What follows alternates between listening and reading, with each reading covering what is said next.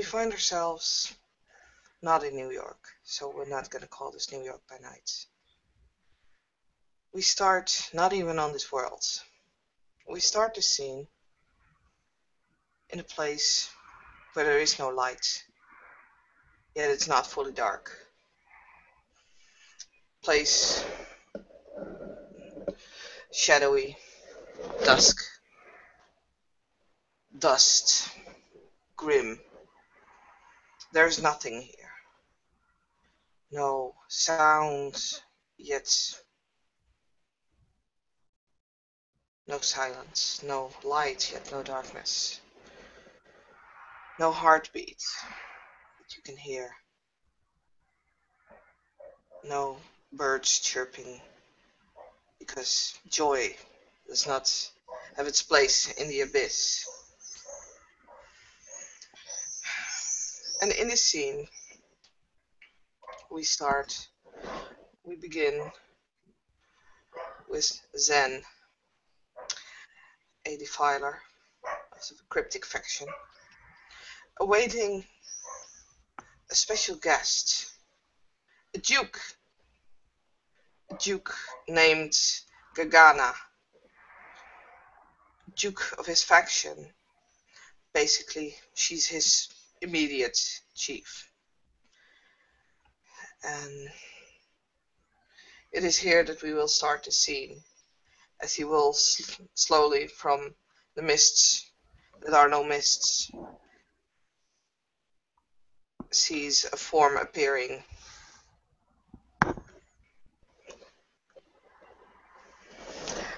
Big mouth opening up in a weird grin, as there seems to be fresh blood of mortals dripping out of her beak, mixing with the blood that always seems to run out of her eyes.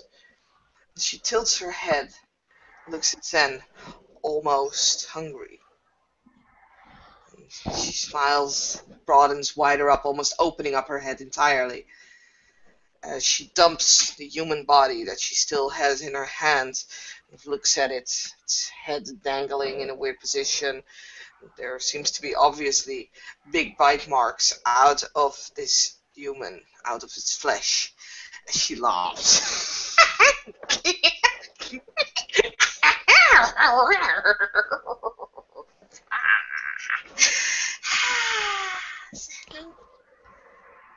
My dear Zen, I come to you.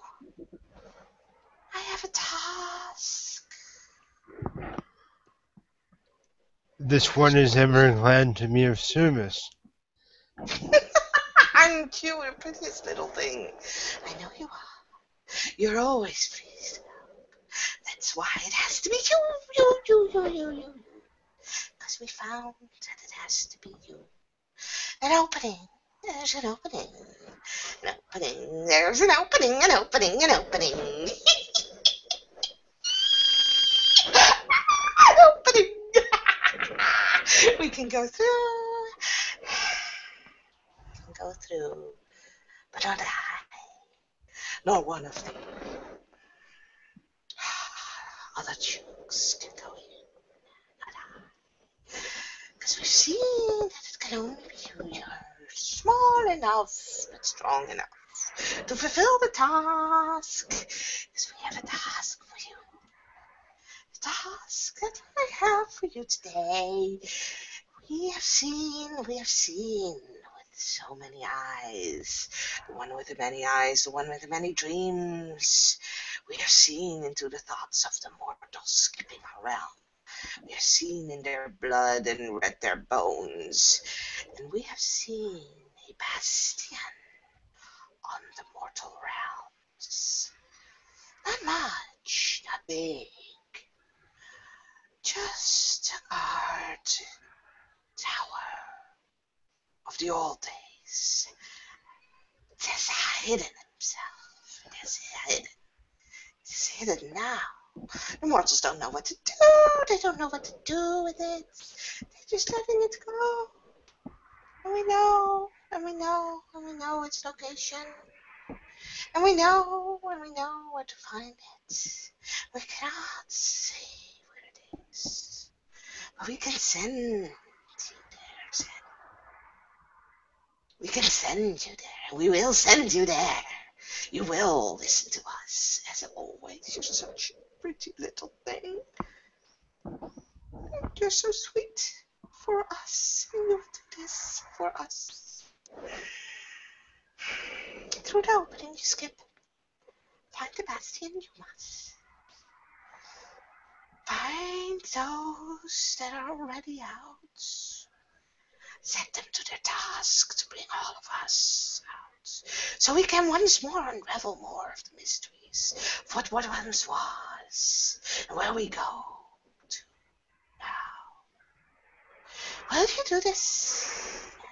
We'll do this. I shall place my skills and abilities to accomplishing my Duke's will. She, almost childish, she's jumping up and kind of skipping around you, and actually from time to time just poke you and stab you a little bit with what appears to be a human arm that she still holds in her hand as she giggles. Of course you will, of course you will. Follow me, follow me. You always did enjoy playing with your food, milady. Be careful, I might play with you. But no, I mustn't, I promised. I promised to get you here. I promised to get you there. I promised that I will watch every move. Now, come along, and she grabs you with her white claws that are dripping with blood, and there see some bowels, kind of almost as a what do you call it, wristbands? Yeah. Almost wrapped around her arms and going up to some kind of weird jewelry made of human remains. And she kind of half pulls you along into a direction. It's not north, east, south, or west, because that doesn't exist. And as you walk the barren landscape of the abyss, you finally come to a point where there are quite a few demons standing. Some you recognize, some you don't. And they're just looking up.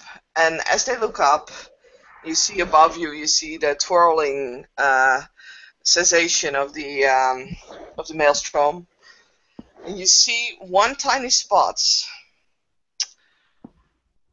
that is not a twisting turmoil. One tiny spot that is perfectly clear, and she will point up, and she will actually jump up. Up, you must, up, you must. We will send you, but you will need to do the rest on your own. And so, focusing his sense of consciousness, Zen will sort of bring the awareness of his hands, or what he perceives as hand-like things, almost into the form of a prayer, and he expands himself through the opening. Okay, as you start to go up, you basically fly for as far as you would call. In here, you can say that it's flying, but everybody's kind of capable of doing that since you're in the abyss and there's no air, there's no gravity. So yeah, if you want to fly, you fly up. So the rest of the demons, he sets his hands like this, and his wings spread out, and he moves toward the enigma in the maelstrom. Yeah. And the rest of the demons kind of grab each other's hands, forming a circle, and most of them just start to make this humming noise, and it gives you the energy, and you actually are getting propelled through in the direction of of this little hole that seems to grow bigger. And as you feel that the maelstrom starts to pull on you and push you back, you can hear the hysterical laughter of Gargana. Fly, little bird, fly and get us. That Sebastian, preserve it for us. And when we arrive, we'll have a home. And with that, her voice gets, drawn away from you because of all the winds that are pulling at you. And they're literally pulling you to shreds. That's how it feels. They're ripping at you, at your clothes, at your arms, your legs, your hair, your face, everywhere. They're ripping at you, trying to pull you back, but with the force of the other demons behind you and your own spiritual force, you manage to push yourself through and through. It's a battle that lasts only several seconds, yet eons in your mind. It rends your mind apart and puts it back together again. Ah! And with this yell, you suddenly find yourself facing nothingness. Just emptiness. Silence almost deafening. Almost as if you think that you're back again, but you're not. It's different. It's almost peaceful. And as you breathe in, for as far as the demon needs to breathe, and you float there for a moment, you see the maelstrom hanging below you, for a moment quieted down, and the earth in front of you. It's just for a split second, and then you zoom into the earth. You see the earth kind of almost on a collision course with you, as you again feel the maelstrom pulling and pushing at you. You sense all those spirits of humans below. You see one area that you feel that is where you need to go. That is where these demons are sending you. And as you zoom in to the state of New York, you see one massive pile of lights. Some shining brightly, others fading slowly, dimly, falling away. And you realize that all those lights are souls. Some are strong, some are weak.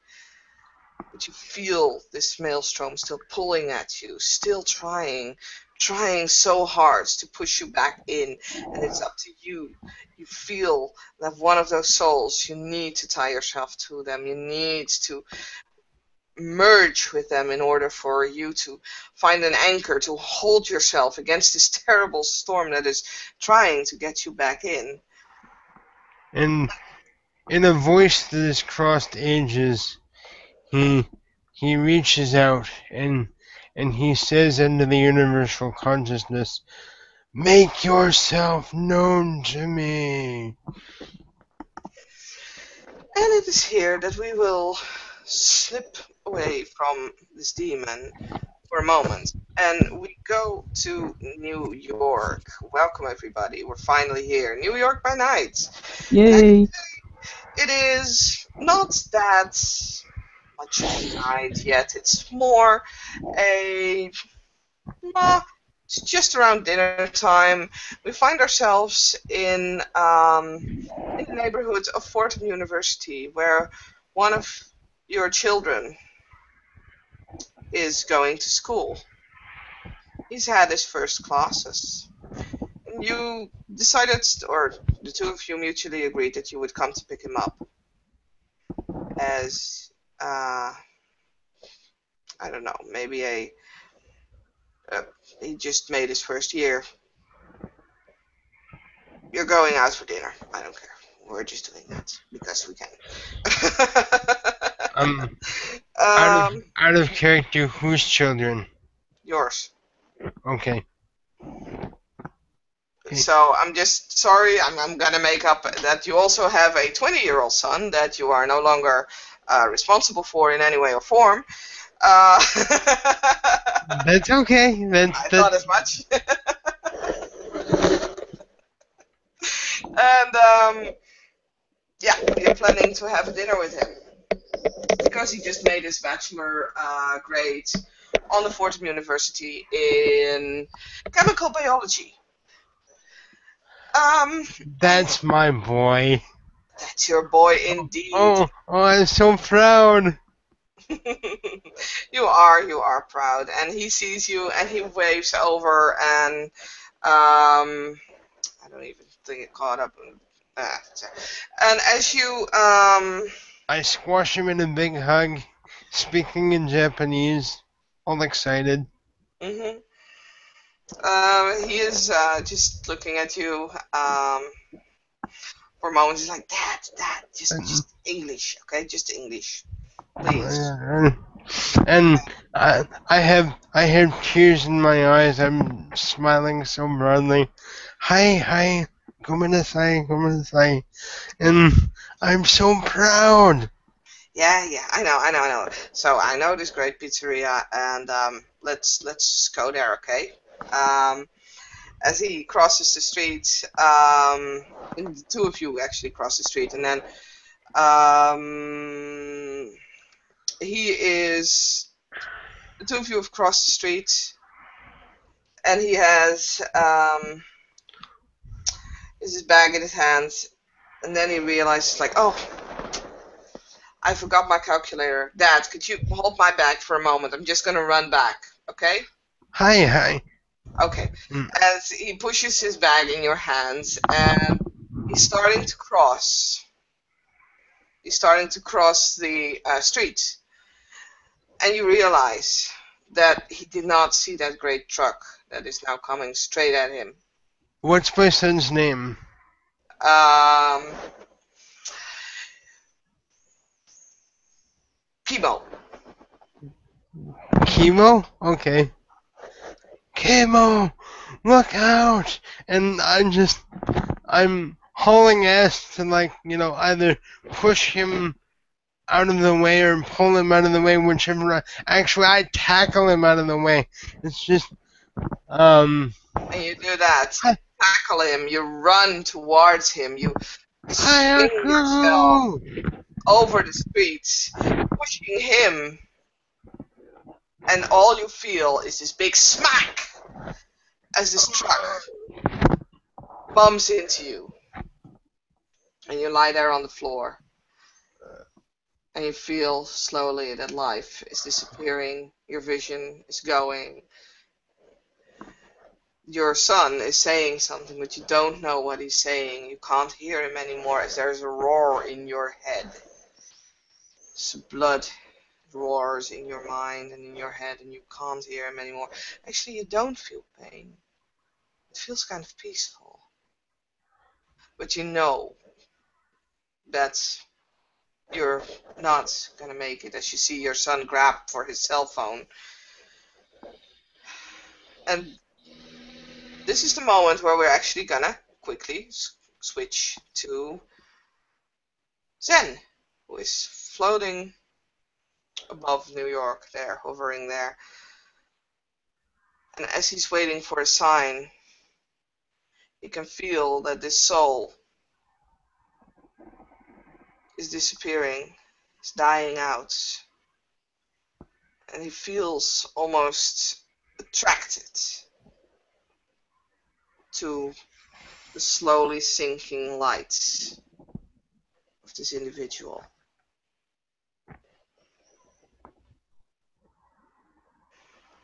He has a few seconds to decide.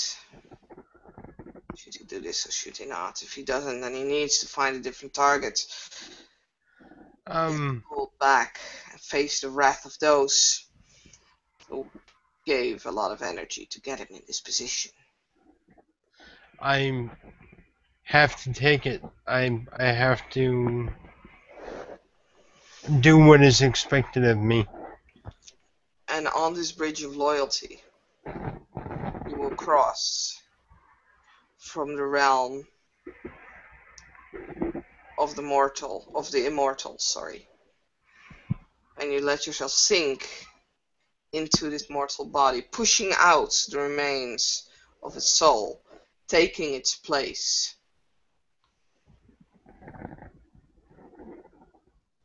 And you seem to be surrounded by a cacophony of voices, of sound, of light, of emotions, of memories. It seems to almost overflow you as you're being filled by this sensation of what it's like to be human. And there's too much. There's your son pulling at you. Dad, hold on, don't go. There is a car horn still echoing as cars behind the truck don't seem to realize what's going on yet. There's a driver of the truck who's getting out. It's like, he just jumped in front of me. There are students screaming as they witness this. And there is a teacher, a theology teacher, Yep. who have sensed something going on as he was just about to enjoy his break from class. Exactly. Jacob approaches the scene. He was attracted, not of course, by the sound of the. Of course, by the sense, his spidey senses tinkling, but also by the sound of the students screaming, the mess of the whole thing. So he stands at a distance, discreet distance, but keeps a close eye on the scene. Can he see what's going on from where he's standing? Seems to be a car accident. Yeah. And he gets a flashback to his own emergence. I'm guessing that the feeling he got told him that like, I don't know how specific it was. Did it tell him that someone just came out of the abyss, or just that something was going on? You felt a huge surge of energy that you don't recognize. Okay, so I don't really know what it is, but yeah. So then we would have to roll, and the point is I don't have any dice. Yeah. So I'm trying to do this at No. Yeah, no problem. Roll as few dice as possible because I can't roll either. So he tries to discreetly move closer to the scene without like pushing his way through. Actually, Marcus, can you roll me one die for the thing that we agreed on that you would roll? Sure thing. Do you want a die 10 or just a fate die? D10. Okay. Diff is 7. No. Don't know what it is, but it could be funny if you botched. Standard diff. Let's go for standard diff. Okay. And just wait for me to actually. Oh wow! Is that a 10? Whoa. Yes, Yeah. that is good. Okay.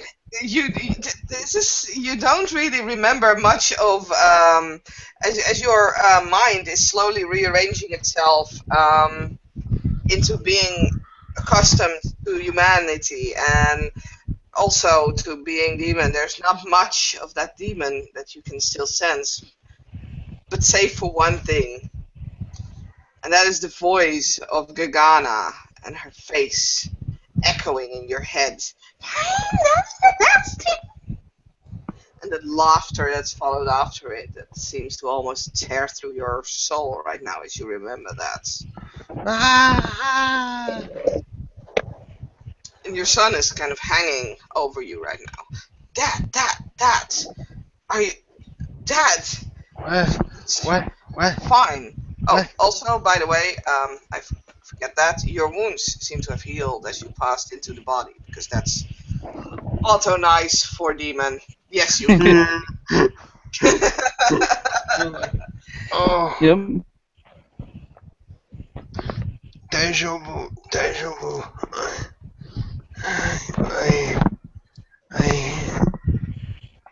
And then just kind of sit up and just kind of try to reorientate, trying to calm down my son and like just, oh, my head. Jacob takes a look at the. I think by now, we can assume that he made his way to an angle where he can see a little bit more of what's going on, right? Mm-hmm. Yeah. So he looks at the truck, and then he looks at Marcus's character Yun, and puts two and two together. So he Again, he walks over. He makes his way to Yun and the boy and says, "Are you okay, sir?" He says, looking at Yun, but his eyes are there's something about his eyes that is not normal human. Only Yun sees it. He looks directly at him anyway. And Yoon, I guess by this point, will look up and acknowledge the individual. Give his son's hand a reassuring squeeze, and just kind of give a polite nod. Jacob, I want to discreetly put what you call it, a business card in Yun's pocket, the pocket of his jacket. Can I do that, or do I need to roll something for it? He's actually not wearing a jacket. He's wearing a traditional Japanese outfit. Ah, okay. Well, that makes it difficult. In that case, no, you cannot, because well, it would require for you to have larceny, and even if you had that, because I don't think you have, the fact that this is an unknown outfit for you kind of makes it really difficult. So no, you cannot do that. Exactly. As soon as he said a traditional Japanese outfit, I was like, okay, yeah, no problem.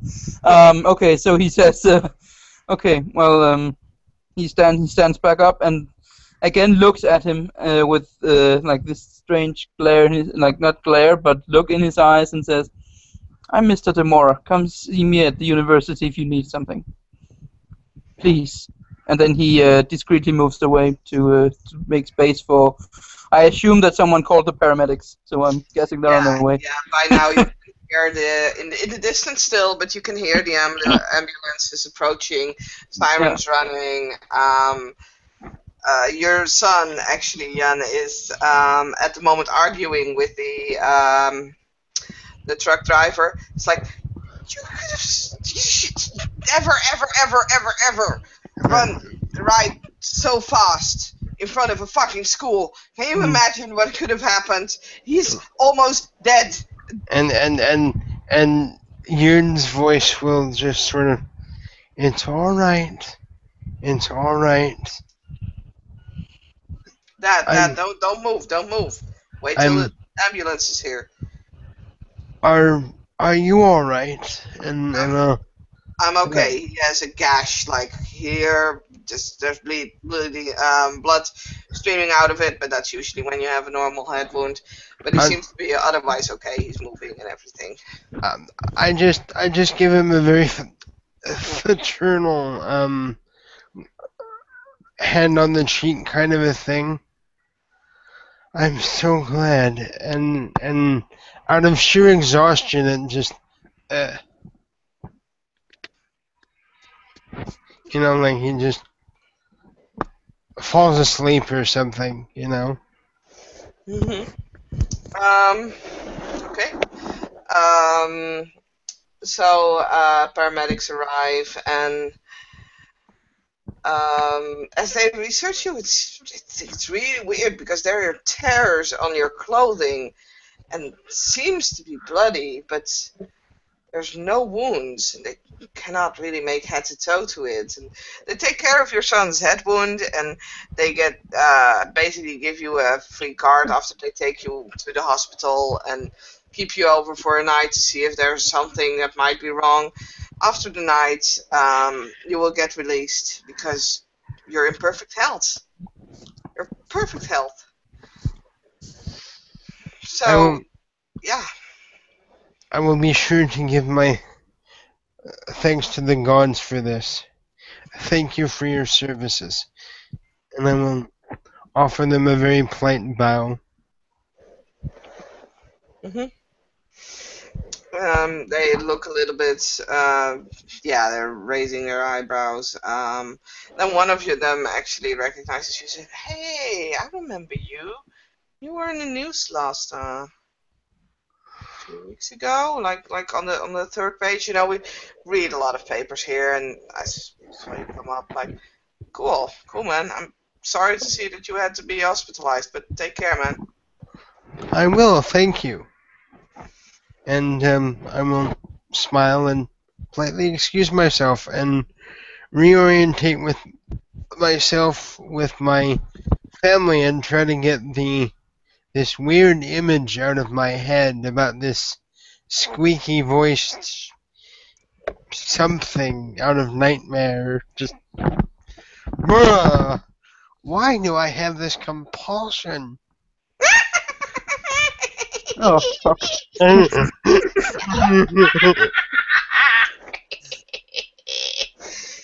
And I think with that we can end the scene. Okay.